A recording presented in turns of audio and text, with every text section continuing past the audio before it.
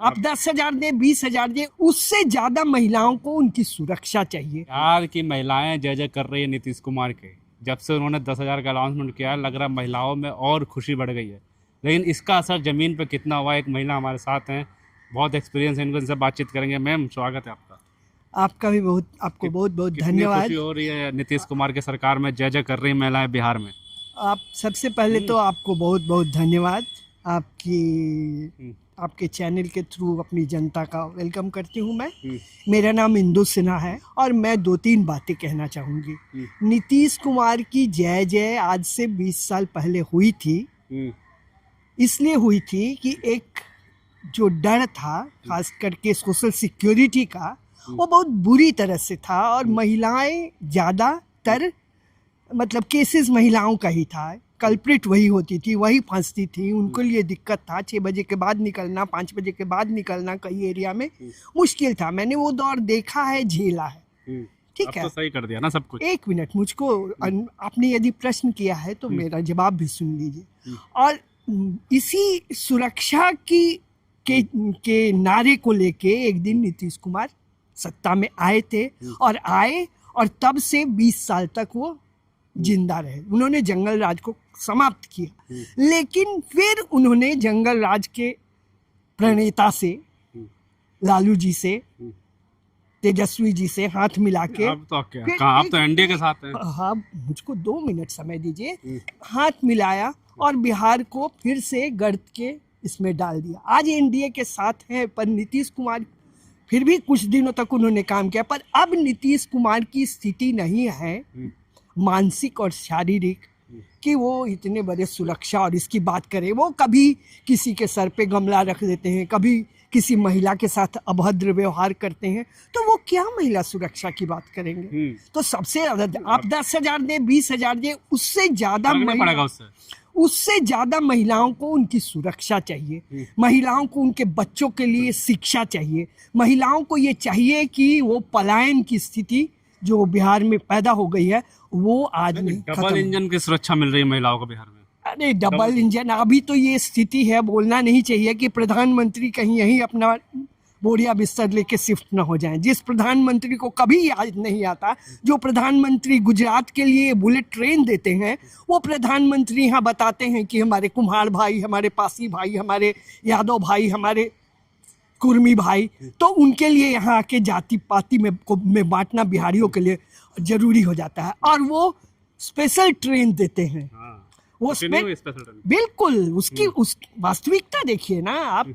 ऐसे आप बीजेपी का चश्मा लगा के चीज़ों को और एनडीए का चश्मा लगा के चीज़ों को मत देखिए। आप एक बिहारी के चश्मे से समझने की कोशिश कीजिए। स्पेशल ट्रेन इतना 1000, अरे कहाँ से दीजिएगा आप? 200 ट्रेन दीजिएगा, उसी को आप फेरा लगवाइएगा, संभव ही नहीं है। 12,000 ट्रेन संभव नहीं। 12,000 ट्रेन कहाँ से आएगा, कैसे होगा? और स्पेशल ट्रेन का अनुभव मैं 2-3 चीज़ बताती हूँ। मैंने पहले भी इस वक्तव्य पे बात किया है कि जो स्पेशल ट्रेन है उसकी गति बहुत बुरी होती है। कहीं भी साइड में लगा देते हैं, पीने का पानी नहीं होता, खाने का नहीं होता, टीटी नहीं आता, बहुत बदहाली होती है। कोई भी चढ़ जाता है, 18 घंटे 20 घंटे वो बाद में पहुँचती है। तो बिहारी क्या सिर्फ मजदूर हैं? उनके डीएन में जो रेवंत रेड्डी बोले हैं कि उनके डीएनए में कुछ खराबी है क्या कि वो मजदूरी ही करेंगे? ये ट्रेन इसलिए दिया गया। और हाँ, एक चीज़ और उसमें आपने ध्यान दिया होगा, आप जरूर, आप एक ये हैं जर्नलिस्ट हैं, आपने जरूर इस बात पे गौर किया होगा कि जो ट्रेन है उसमें यदि आप रिटर्न टिकट लेंगे तो आपको रियायत भी मिलेगी। अच्छा, तो मतलब कहने का है कि मजदूरों आओ, मजदूरी से बचा के तुमको छठ में तो आओगे ही आओगे, फिर वापस जल्दी मजदूरी करने जाओ। सिर्फ इस बात के लिए ट्रेन थे। तो मजदूर बना रहे हैं एनडीए। बिल्कुल ये सगुफा, अभी तो सब चीज ये देखा देखी कर रहे हैं। आज बात तो कर दी ना, आज तक जो पेंशन था वो 200 से बढ़ा नहीं। जब हम लोगों ने बात की 2000 की तो आपने उसको 1100 कर दिया खटाक से। मतलब अपनी बुद्धि क्यों नहीं लगाई इतने वर्षों तक, क्यों नहीं लगाई? तो हर चीज को आप देखिए, बिजली फ्री कर दिया। वही नीतीश कुमार जो गाली देते थे कि फ्री बिल्कुल नहीं होना चाहिए, और उस समय का उनका शब्द मेरे पास। लेकिन नीतीश कुमार को मजबूत तो महिलाओं ने ही बनाया, तो अब क्या नीतीश कुमार मजबूर हो गए हैं क्या? बिल्कुल मजबूर हैं, वो तो कठपुतली हैं, वो थोड़ी शासन चला रहे हैं। सीएम है, मुख्यमंत्री, आप हाँ, कठपुतली कर रहे हैं। बिल्कुल बिल्कुल, वो कोई भी निर्णय नहीं लेते क्योंकि वो ऐसी स्थिति, उनकी मानसिक शारीरिक स्थिति ही ऐसी नहीं। उनके जो 3-4 बिहार- ऑफिसर नहीं, मैं मान्य, बिहार के महिलाओं को, अपनी बहनों को बहुत इज्जत देते हैं। हम बहुत बार उसका प्रमाण हमको मिला है कि कितनी इज्जत देते हैं, बहुत बार इसका प्रमाण मिला है। तो प्रत्यक्ष को प्रमाण क्या, वो कई बार अपने ध्यान तो रखते हैं ना महिलाओं का, किस तरह से ध्यान रख रहे हैं। शराबबंदी की उन्होंने, कि महिलाओं के जो शराबबंदी है क्या? आप ऐसे से प्रश्न कर रहे हैं कि प्रश्नों का जवाब भी आपको देना जरूरी है और आपको सुनना चाहिए। शराबबंदी है क्या बिहार में? जितने हमारे यंग बच्चे थे सबको इस शराबबंदी ने बर्बाद करके रख दिया। वो डिलीवरी का काम करते हैं, वो खुद पीने भी लगे हैं, वो यही इस तरह से मतलब बिल्कुल गंदी स्थिति में ला दिया है। और जो उसका हमको मिलना चाहिए, ये उससे आना चाहिए राजस्व, वो भी नहीं आ रहा है। तो फायदा क्या है? कहा तो यही था कि शराबबंदी, जैसे मैंने अभी कल एक पोस्टर देखा बिहार में, दूध खरीदा कि आप शराब छोड़िए, दूध पीजिए। अरे अब हालत ये होगी कि घरेलू हिंसा खत्म हो और आप उसकी भी पत्नियां जो हैं वो अपने पति को जेल से निकालने में अपने सारे पैसे लगा दे रही हैं, क्योंकि शराब बंद पीने के फेर में उनको जेल हो जा रहा है। महिलाएं, अब 2025 में महिलाएं क्या देख रही हैं? महिलाएं बिल्कुल एक विकल्प आज तक नहीं था कि नीतीश कुमार कूद के कभी कमल पकड़ते थे और कभी लालटेन पकड़ते थे। आज बिहार की महिलाओं के पास विकल्प है। उनका भाई, उनका बेटा आज मदद के लिए खड़ा है, वो उस विकल्प की बात उन पे तो आरोप लग रहे हैं कि आते ही शराब खोल देंगे। लग रहा है कोई नेता जेडीयू वो कह रहे हैं कि शराब ठेकेदारों से लग रहा पैसा ले लिया प्रशांत किशोर ने, इसलिए शराब खोलने की बात। कहने 10 मुंह 10 बातें। उसका तो उनके पास पूरा रोड मैप तैयार है कि अगर हम शराब को खोल देंगे तो किस तरह से शिक्षा में उसका ये करेंगे। ये भी लंबे चर्चा का विषय हो जाएगा अगर हम इस पे बात करें। आप इस पे उनका देखिए वक्तव्य कि किस तरह से शराब को बंद करके उसके राजस्व से हम नेतरहाट ग्रेड के शिक्षा को बिहार में 10,000 का असर नहीं पड़ेगा क्या महिलाओं पे? कोई विशेष असर नहीं पड़ेगा। बिहार की जनता महापुरुष बता रही है नीतीश कुमार, महापुरुष, विकास पुरुष।